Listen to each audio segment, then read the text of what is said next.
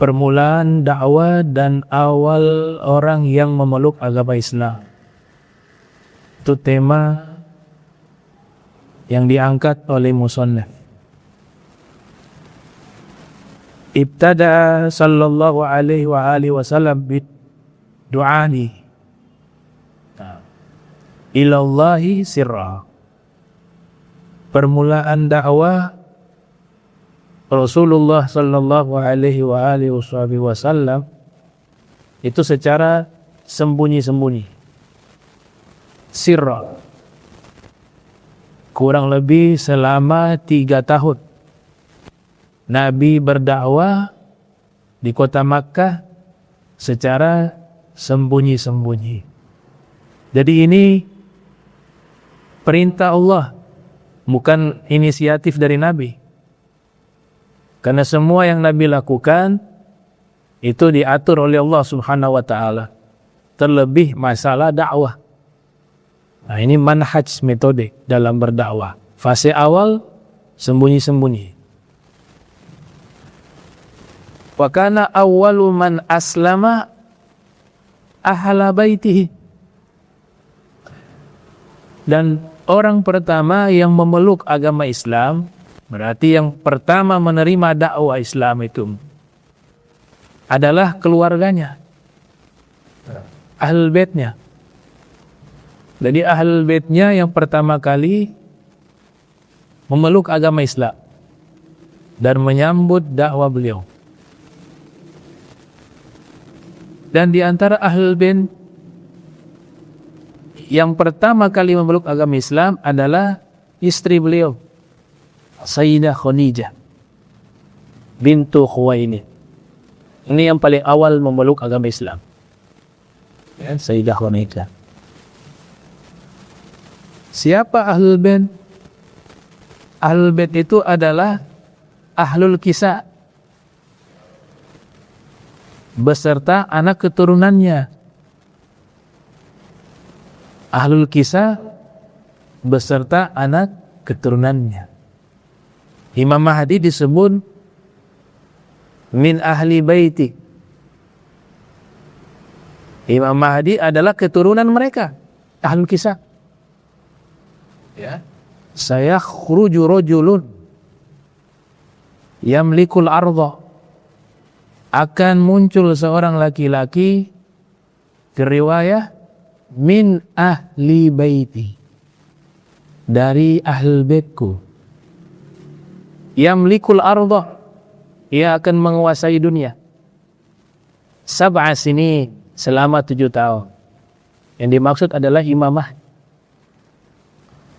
Ada hadis juga dikatakan, saya tinggalkan pada kalian 2 pusaka. Ini ada di semua kitab hadis, kitab induk, kutubus sittah. Saya tinggalkan pada kalian 2 pusaka. Ya, inni tarikum fikum tsaqalain. In tamassaktum bihima lan tadillu ba'di abada. Kalau kalian berpegang dengan 2 pusaka tersebut, tidak akan tersesat selama-lamanya. Yang pertama adalah Al-Quran. Yang kedua adalah itrati ahlal baiti. Atau itrati ahlul baiti. Anak keturunanku adalah ahlul bait. Jadi Nabi yang memberikan penjelasan itu. Nah, sekarang ahlul kisah itu siapa? Ahlul kisah itu adalah orang-orang yang Nabi selimuti dengan kainnya, kain rida, ya, kisah. Kisah itu seperti kain yang digunakan seperti ini, rida namanya. Tuh, ada satu waktu Nabi selimuti orang-orang itu dengan kain kisah. Kenapa? Karena turun ayat.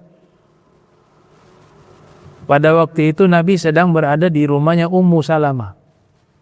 Ummu Salamah adalah istri beliau. Bahkan sejarawan mengatakan istri yang paling akhir wafat, istrinya Rasul yang paling terakhir meninggal dunia itu adalah Ummu Salamah. Di rumahnya Ummu Salamah turun ayat. ayat yang istimewa. Bahkan ini ayat ada di surat 33, ayatnya juga 33. Surat Al-Ahzab. Innama yuridullahu liyudhiba ankum risa ahlal baiti wa yutahhirakum tathira. Allah Subhanahu wa taala ingin menghilangkan dari kalian wahai ahlul bait kotoran, dan Allah ingin mensucikan kalian sesuci-sucinya. Maf'ul mutlak li taukid. Bukan hanya suci tapi sesuci-sucinya. Tathira maf'ul mutlak li taukid. Turunin ayat. Ayat ini turun Nabi di rumah istri beliau Ummu Salamah. Pada waktu itu dipanggillah Sayyidah Fatimah, dipanggillah Imam Ali bin Abi Thalib, dipanggillah Imam Hasan wal Imam Husain. Turunlah ayat ini. Nabi selimuti mereka dengan kain yang disebut al-kisa. Maka orang-orangnya yang berada di kain tersebut yang diselimuti dinamakan ahlul kisa. Kemudian Nabi tegaskan, Allahumma haula'i ahlu baiti. Ya Allah, mereka inilah ahlul baitku, kata Nabi Muhammad SAW. Ummu Salamah lihat, wah luar biasa nih keistimewaan. Turun ayat khusus kepada mereka. Nabi selimuti secara khusus. Kemudian Nabi tegaskan, mereka ini adalah keluargaku. Ummu Salamah ingin masuk ke situ. Nabi bilang, lah, kamu dalam keadaan baik. Ini khusus untuk mereka. Itulah turut. Innama ridullah yudhiba ankum risa ahlal baiti wa yutahhirakum tathira. Inilah ahlul kisah. Kalau Sayyidah Khadijah ada waktu itu akan masuk masjid. Cuma Sayyidah Khadijah sudah wafat. Ya. Yang ada putri beliau, Sayyidah Fatimah. Yang ada suami beliau, Rasulullah. Yang ada cucu beliau, Al-Hasan. Masa beliau gak ada di situ? Kalau beliau hidup seandainya masuk juga di dalam kisah tersebut. Malaikat Jibril juga ingin sekali mendapatkan kemuliaan itu. Akhirnya Jibril juga masuk ke dalam naungan kain kisah. Malaikat Jibril alaihissalam. Itu dinamakan Ruhul Kudus. Ruh Kudus disalahpahami oleh orang Nasrani. Ruh Kudus itu malaikat Jibril, bukan Tuhan. Tuhan ya Allah. Qul huwallahu ahad.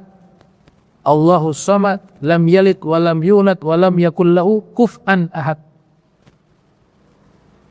Ruh Kudus itu adalah Jibril. Semua kitab terdahulu sebutnya Ruhul Kudus, itu maknanya Jibril, bukan Tuhan.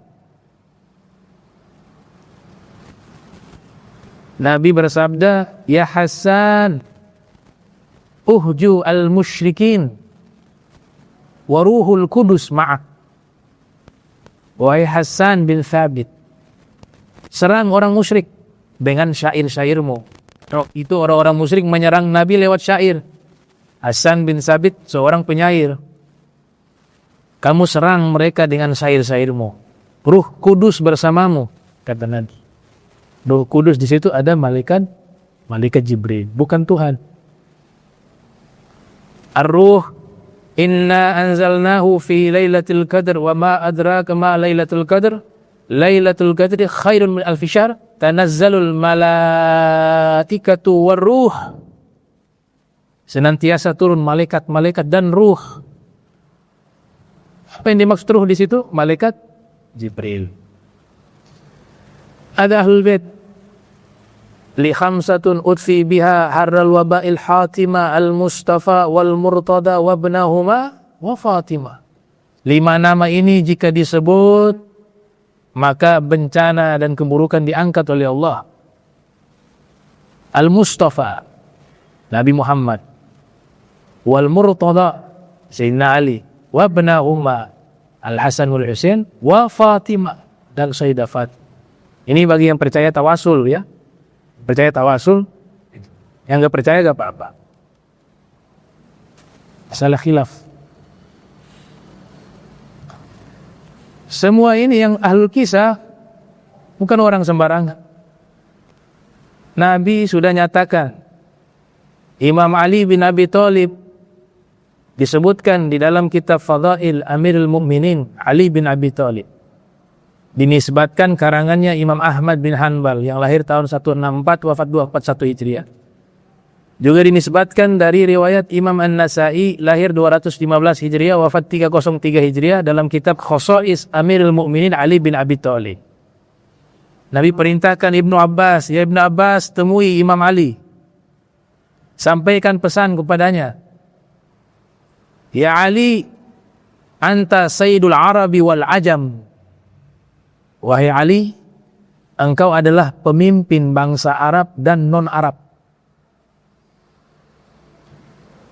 Nabi berkata demikian, itu sumbernya dari wahyu. Wa ma yantiqu anil hawa in huwa illa wahyu yuha. Hakikatnya dari Allah.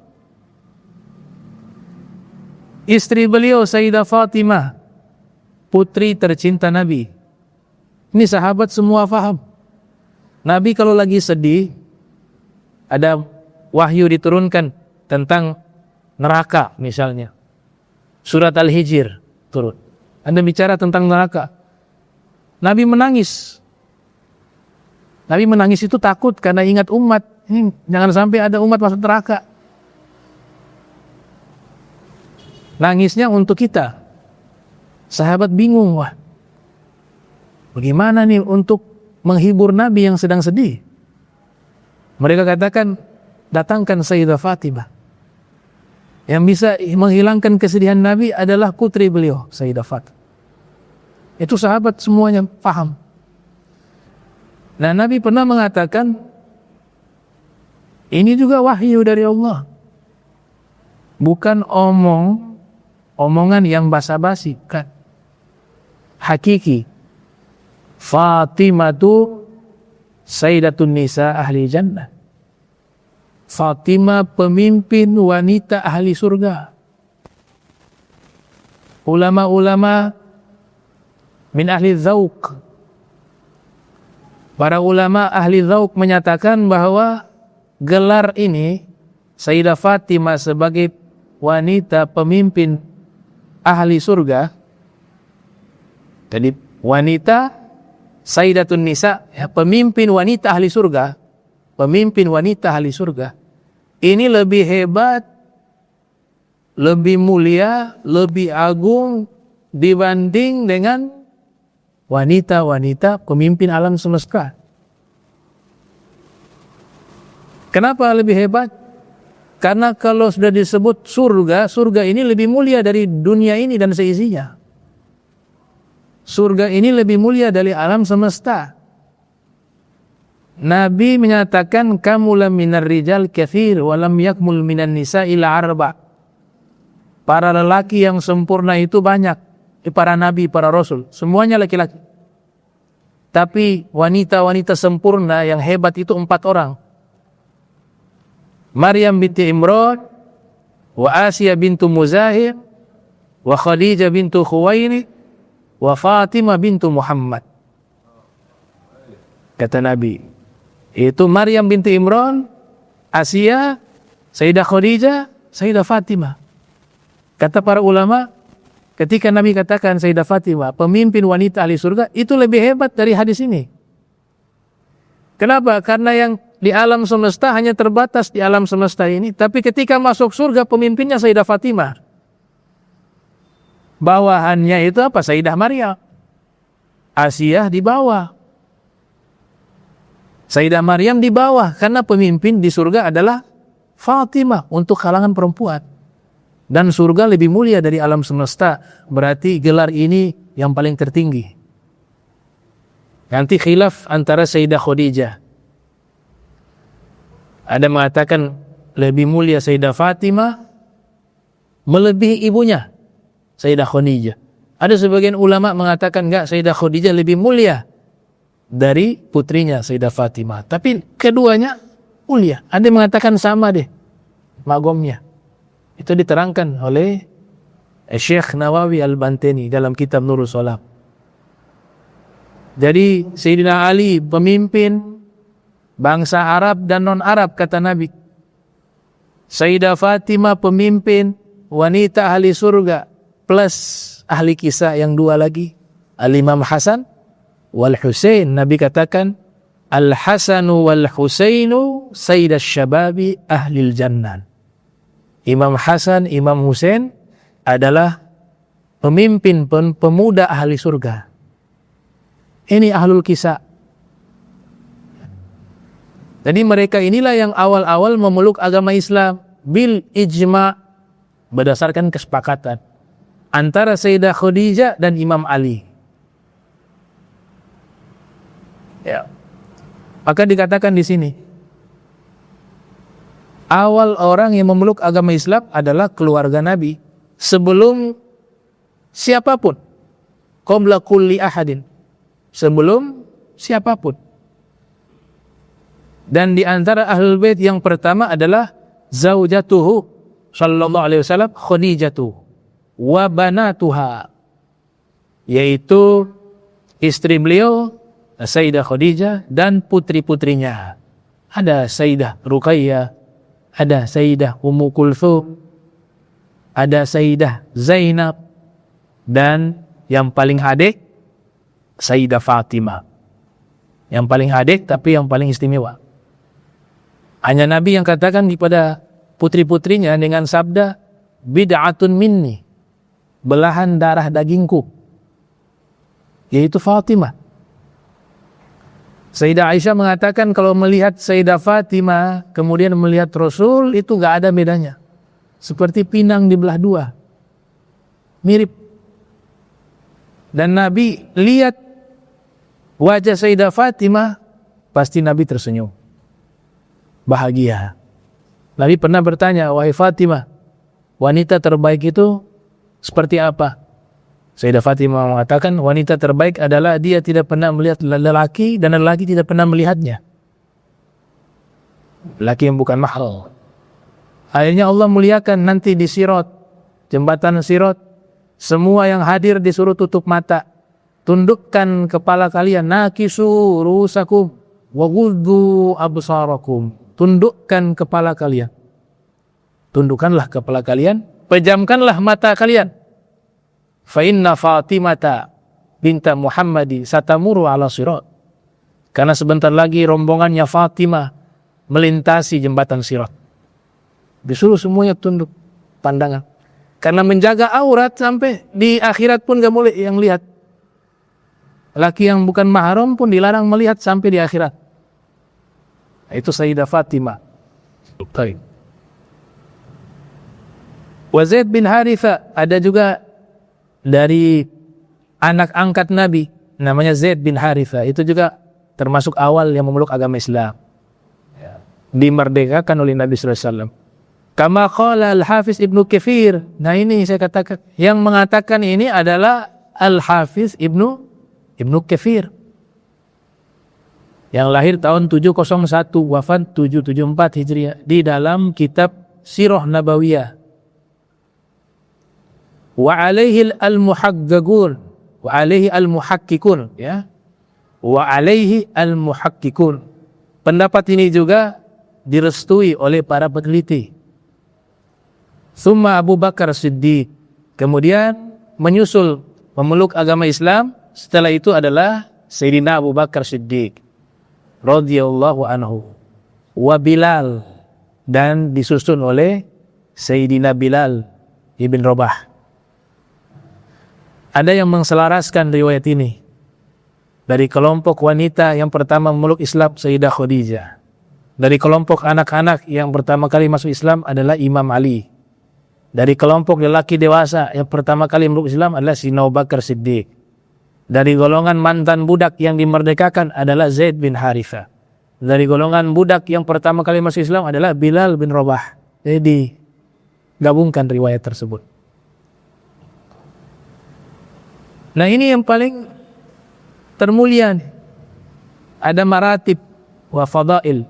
ada tingkatan-tingkatan orang-orang yang mulia. Antum kalau mau baca kitab tentang maratib para sahabat, fadail para sahabat, itu punya derajat, gak sama. Sama hanya para rasul, para nabi begitu kan. Semua para nabi, para rasul mulia, tapi di antara mereka ada yang lebih mulia. Itu mansus fil Quran. Faddalna, kami muliakan sebagian mereka dengan sebagian lainnya. Nanti disaring lagi, yang mulia adalah para rasul. Setelah itu lagi ulul azmi. Setelah itu yang paling mulia adalah Nabi Muhammad sallallahu alaihi wasallam. Nah, sahabat juga begitu. Nah, di antara kitab yang menerangkan maratib sahabat, kemudian fadail itu yang bagus adalah kitab Al-Imam Al-Hakim An-Naisaburi, yang lahir tahun 321, wafat 405 Hijriah, yang menulis kitab Al-Mustadrak. Beliau menerangkan sangat indah di situ. Bahkan ini jadi inspirasi ulama setelahnya ketika membahas maratib para sahabat. Ya, kitabnya berjudul Ma'rifatu Ulumil Hadis. Kitab ini sebenarnya Mustalahul Hadis, tapi di dalamnya ada fasal membahas tentang mengenal sahabat. Dibahas secara maratib, ya, tingkatan-tingkatan mereka, keutamaan-keutamaan mereka, disesuaikan dengan zaman, dengan 12 tabaqat, 12 tingkatan kemuliaan, dibahas secara spesifik dan sistematis di dalam kitab tersebut. Nah, di antara yang paling mulia, kata beliau, saya nukil dalam kitab beliau, Al-Imam Al-Hakim, disebut At-Tabaqatul Ula, tingkatan pertama, kelompok sahabat yang paling mulia. Mereka adalah Gaumun Aslamu Bimakkata, orang-orang yang paling awal memeluk agama Islam di kota Makkah. Mereka itulah yang paling mulia. Ya. Jadi baru muncul perintah Allah berdakwah, mereka sudah memeluk agama Islam. Ini diantaranya ada Sayyidina Abu Bakar Siddiq, ada Sayyidina Umar bin Khattab, ada Sayyidina Utsman bin Affan, ada Imam Ali bin Abi Thalib. Terlebih khusus yang dikasih kabar surga oleh Nabi. Dikenal 10 orang yang diberikan kabar masuk surga. Itu mereka semua awal-awal masuk Islam. Al-ashratu al-mubasysyurun bil jannah. 10 orang al-mubasysyarun yang telah Nabi kabarkan mereka masuk surga.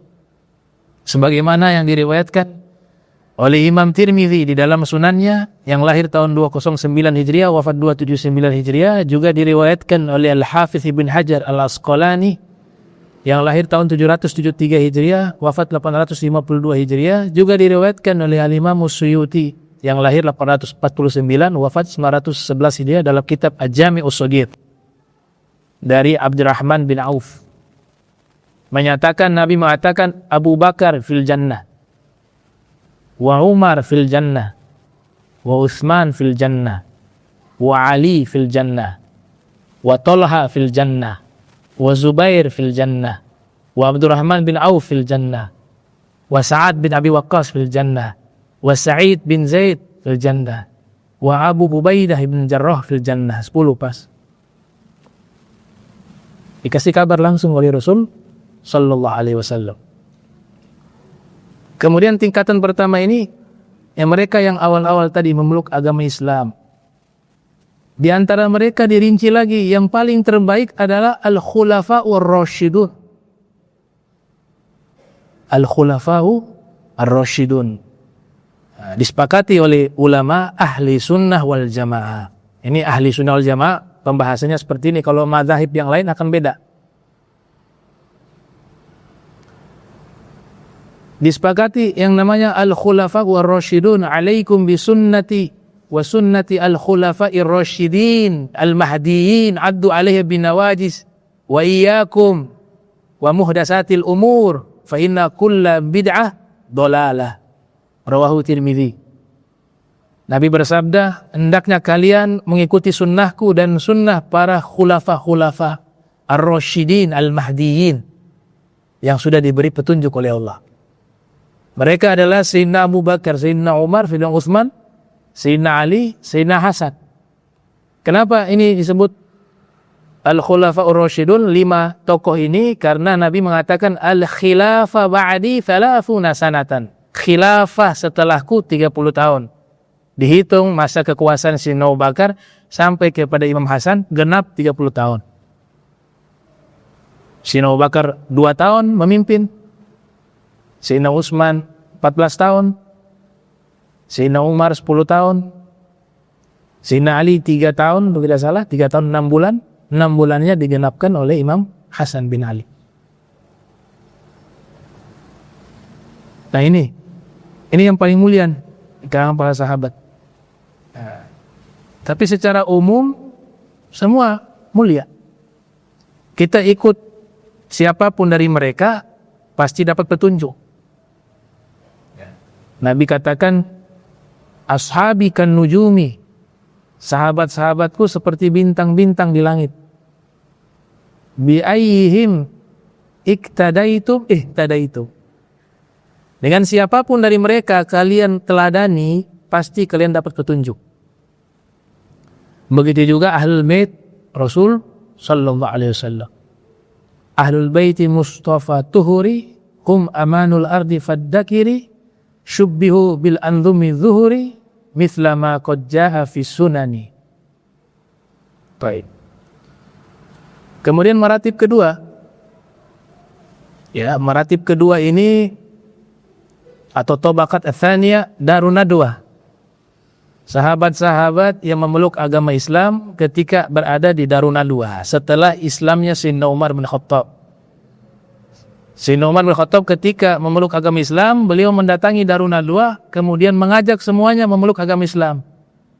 Dan jama'atun minhum qad aslamu, sekelompok dari mereka masuk Islam. Nah ini yang mulia. At-tabaqah ats-tsaniyah menurut Imam Al-Hakim. Naik lagi ke level yang ketiga. At-tabaqah ats-tsalitsah itu adalah al-muhajira ilal Habasyah. Ahlul bait Rasul dan sahabat, beberapa sahabat hijrah ke Ethiopia. Jadi hijrah pertama dalam sejarah Islam itu adalah hijrah ke Habasyah. Itu hijrah pertama. Mereka inilah dianggap mulia di tabaqat yang ketiga. Tabaqat yang keempat adalah orang-orang yang berbaiat kepada Nabi. Ketika Nabi masih berada di kota Makkah. Berbaiat artinya sumpah setia akan membela Rasul SAW. Disebut dengan Al-Aqabah Al-Hula. Sumpah setia yang pertama. Aqabah itu tanah, ya, tanah yang ada tanjakan. Karena di tempat itu mereka berbaiat kepada Nabi, maka dinamakan dengan Al-Aqabah. Nah, orang-orang ini yang Al-Aqabah Ula ini mulia. Di tabaqah keberapa? Keempat. Sehingga nama mereka itu diberikan gelar Fulan Aqabiyun, Fulan Aqabiyun, Fulan bin Fulan Aqamiyun. Oh ini si Fulan nih sahabat yang pernah hadir di sumpah setia di Aqabah. Itu gelar itu menempel dengan mereka. Karena itu identitas kemuliaan. At-tabaqah al-khamisah, level yang kelima, tingkatan yang kelima yang mulia adalah ashabul aqabah ats-tsaniyah, yaitu orang-orang yang sumpah setia kepada Nabi di Aqabah yang kedua. Jadi ada 2 kali itu. Nah, Aqabah kedua ini kebanyakan orang-orang Ansor. Contoh di antaranya adalah Sayyiduna Mu'az bin Jabal. Waktu baiat sumpah setia kepada Nabi, mereka sumpah setianya gak tanggung. Itu ini baru membela agama Allah, dakwah saja hitung-hitungan. Sudah hitung-hitungan suzon sama orang lagi, sama orang yang berdakwah. Mereka sumpah setianya apa? Kami siap menyerahkan nyawa kami, harta kami untuk Nabi Muhammad agar menyebarkan agama Islam. Itu sumpah setianya itu. Kami bahkan sebagian mengatakan kami rela mengorbankan diri kami, anak kami, istri kami dan semua yang kami miliki untuk agama Islam. Maka pantas kalau mereka itu dimuliakan oleh Allah Ta'ala. Makanya Allah gak pernah salah menciptakan orang dengan zaman. Kita diciptakan di masa ini ya karena kita gak pantas di masa itu. Jangan GR kadang-kadang. Seandainya saya bisa hidup di masa itu ya bisa jadi kamu di pihaknya Abu Jahal. Bersyukur kalau hari ini kamu masih Islam. Bisa jadi di sana kamu musuhin Nabi Muhammad SAW. Allah gak pernah salah menciptakan kita. Kenapa diciptakan di masa ini? Ya karena kita gak pantas di masa Nabi SAW. Kita gak pantas juga ada bersama Rasul di tanah suci sana, di Makkah, di Madinah. Ya kita pantasnya di masa ini. Makanya Allah ciptakan kita di masa ini. Yaitu. Yang berarti mereka yang diciptakan bersanding bersama Nabi, berjuang bersama Nabi, orang-orang yang sudah diseleksi secara ketat oleh Allah untuk bisa bersanding dengan Nabi Muhammad SAW. Berarti termasuk orang-orang khirah, orang-orang yang sudah dipilih. Sofwah.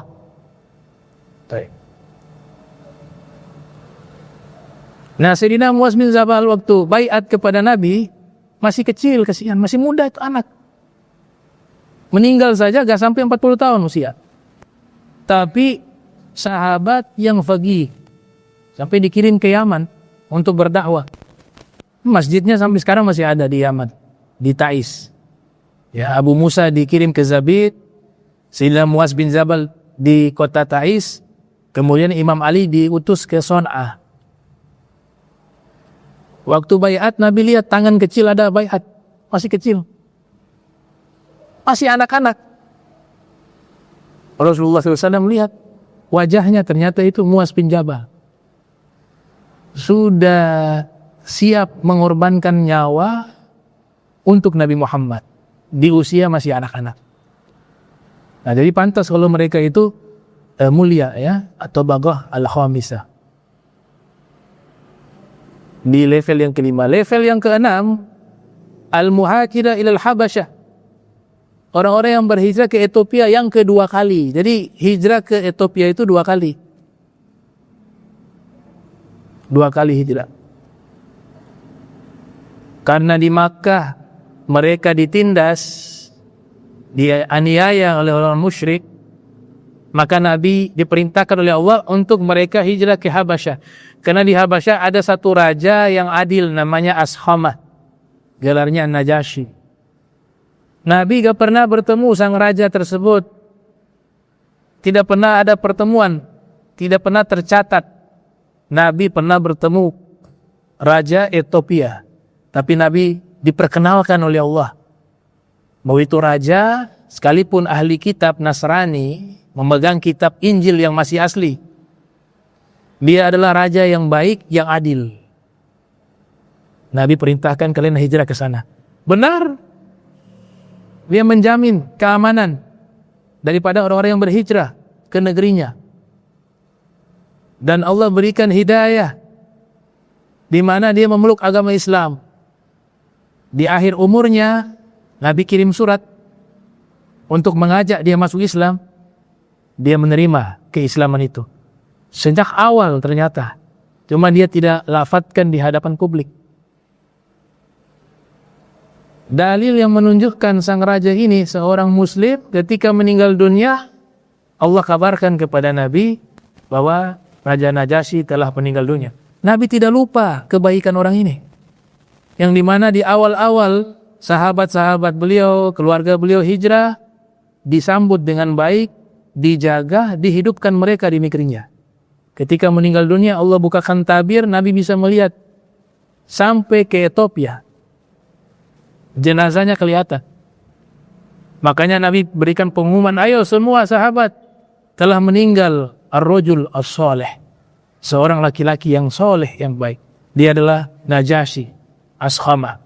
Maka sholat goib, itulah pertama kali sholat goib dalam syariat Islam ya. Kemudian yang mulia, level yang keenam. Tadi yang keenam ya, al-muhajirah ilal Madinah, ilal Madinah. Nah, yang keenam ini adalah hijrah ke Madinah ya.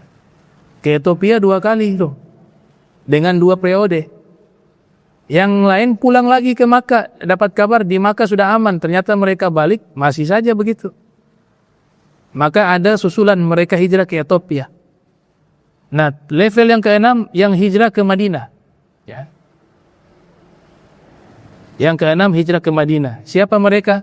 Yang diabadikan di surat At-Taubah ayat 100. Was-sabiqunal awwalun minal muhajirina wal ansar walladzina ittaba'uhu bi ihsanin radhiyallahu anhum wa radu an wa adda lahum jannatin tajri tahtahal anhar khalidina fiha abada dzalikal fawzul azim.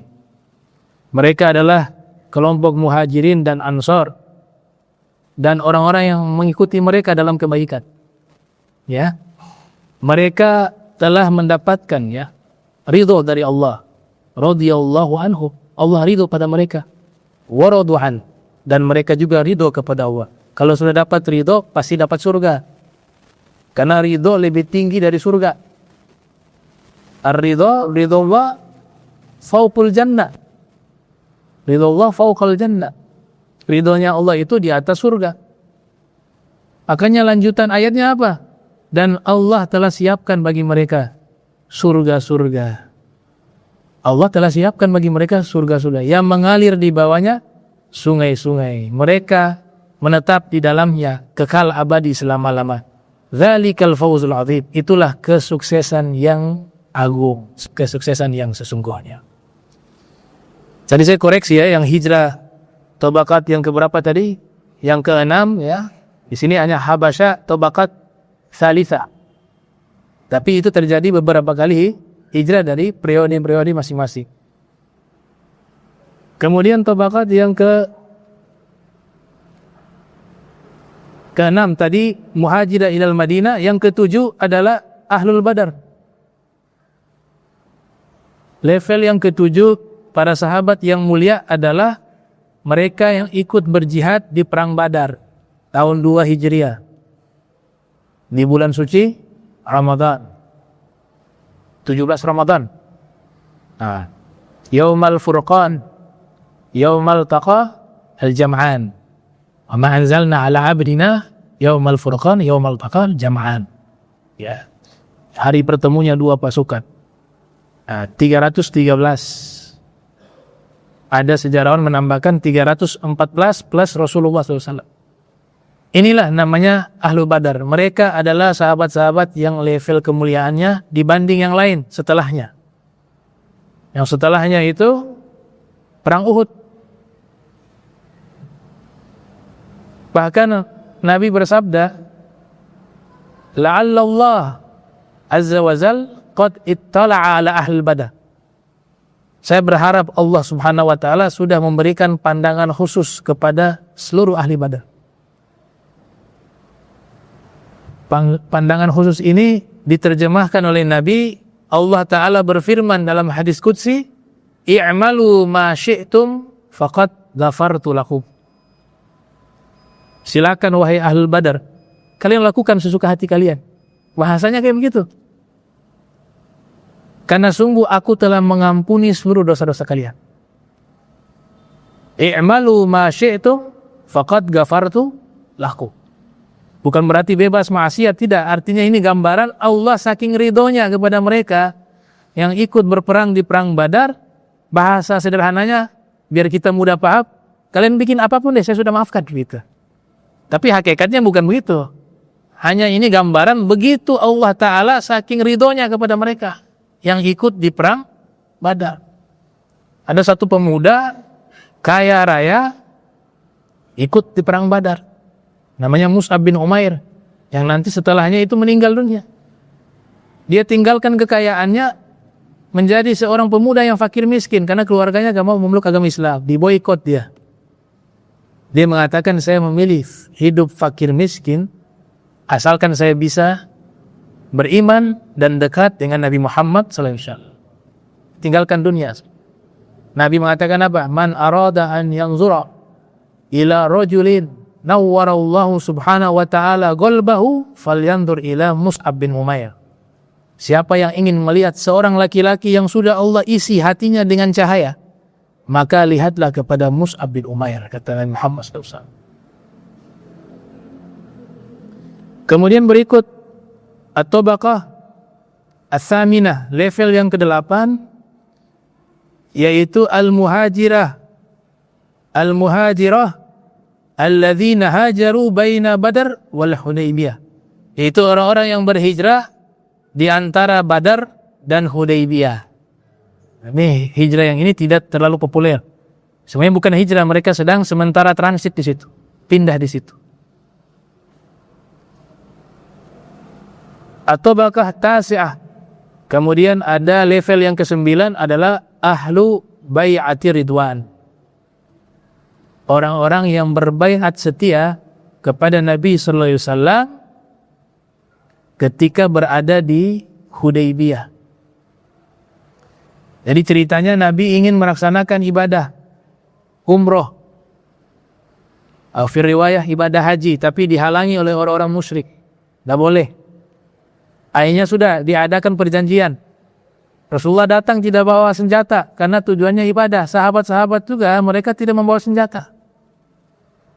Maka terjadilah perjanjian namanya Sulhu Hudaybiyah. Nah, sebelum terjadinya perjanjian ini, Nabi mengutus Sayyidina Utsman untuk pergi ke kota Makkah, mengabarkan kepada penduduk Makkah, khususnya orang-orang musyrikin, bahwa tujuan kedatangan Nabi SAW dengan sahabatnya itu bukan berperang. Tujuannya hanya ibadah. Ternyata Sayyidina Utsman ketika sampai di Makkah itu tertahan bisa.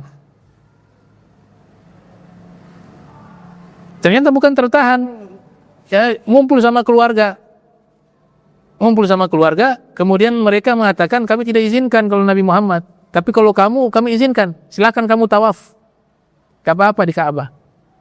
Sayyidina Utsman mengatakan, wallahi la atufanna al-Ka'bah qabla Rasulullah sallallahu alaihi wasallam. Demi Allah, saya tidak akan tawaf di Ka'bah sebelum Nabi sallallahu alaihi wasallam yang tawaf terlebih dahulu. Akhirnya ditawan. Riwayat ditawan. Informasi yang sampai ke Nabi sallallahu alaihi wasallam, Sayyidina Utsman dibunuh. Karena Nabi menanti Sayyidina Utsman tidak kembali lagi. Ada rumor berkembang bahwa Sayyidina Utsman telah dibunuh. Itu satu pelanggaran kejahatan perang di masa itu. Utusan dibunuh itu kejahatan perang paling besar di masa itu. Marahlah Rasul sallallahu alaihi wasallam. Yang tadinya niatnya ibadah, sekarang walaupun tanpa senjata siap untuk melawan orang musyrik, untuk membela seorang yang nyawanya terbunuh secara zalim, yaitu Sayyidina Utsman bin Affan. Nabi panggil sahabat-sahabat, kita siap mati semua, sekalipun perang tanpa senjata. Subhanallah, semuanya dengan tulus siap mengorbankan nyawa, ikut bersama Nabi SAW menghadapi kaum musyrikin tanpa senjata. Sudah siap nyawa dikasih. Allah pantau ini, baiat. Turunlah ayat, laqad radiyallahu 'anil mu'minin idh yubay'unaka tahta asy-syajarah. Sungguh demi Allah, Allah sudah ridho kepada orang-orang beriman yang mereka berbaiat kepadamu di bawah pohon itu. Jadi baiatnya di bawah pohon. Innal ladzina yubay'unaka innama yubay'una Allah yadullah fawqa aydihim. Di ayat yang lain Allah Ta'ala berfirman, sesungguhnya mereka yang berbaiat kepadamu, mereka berbaiat kepada Allah. Tangan Allah di atas tangan mereka. Kekuatan Allah ada di atas kekuatan mereka. Baiat. Nabi mengatakan, ini orang-orang yang ikut baiat. Baitur, namanya bai'atur ridwan, ya, baiat yang ridwan. Ridwan itu ridho. Kenapa dinamakan bai'atur ridwan? Karena ketika mereka berbaiat, Allah turunkan ridhonya, Allah berikan ridhonya. Dinamakan bai'atur ridwan. Pohonnya sudah ditebang. Kalau dulu ditakut dikultuskan pohon itu, makanya dipotong. Dulu pohon di mana mereka berbaiat kepada Nabi, di bai'atur ridwan. Nabi berikan jaminan, sudah dijamin oleh Allah, Allah telah berikan ridho kepada mereka yang ikut dalam baiat tersebut. Nabi tegaskan lagi dalam hadis Ada dalam riwayat Imam Abu Daud yang lahir tahun 202 Hijriah, wafat 275 Hijriah. Di dalam sunannya, Nabi mengatakan, la yadkhulun nara ahadun mimman baya'a tahta syajarah. Gak akan mungkin seorang dari orang-orang yang ikut berbaiat kepadaku di bawah pohon tersebut, mereka masuk neraka. Itu gak mungkin. Ada berapa jumlah mereka? Wa qala al-Hafiz Ibn Hajar al-Asqalani, innahum kanu akthar min alfi wa arba'imi'at. Innahum kanu akthar min alfi wa arba'imi'at. Jumlah mereka waktu itu ada 1.400 orang. Jadi 1.400 orang ini yang ikut baiat sudah khalas, selamat. Nabi sudah menjamin, bahkan Allah sudah menjamin mendapatkan ridhonya Allah. Orang yang sudah dapat ridhonya Allah dipastikan masuk ke dalam surga.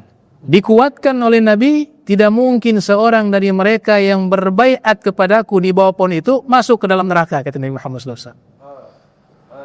1.400 orang.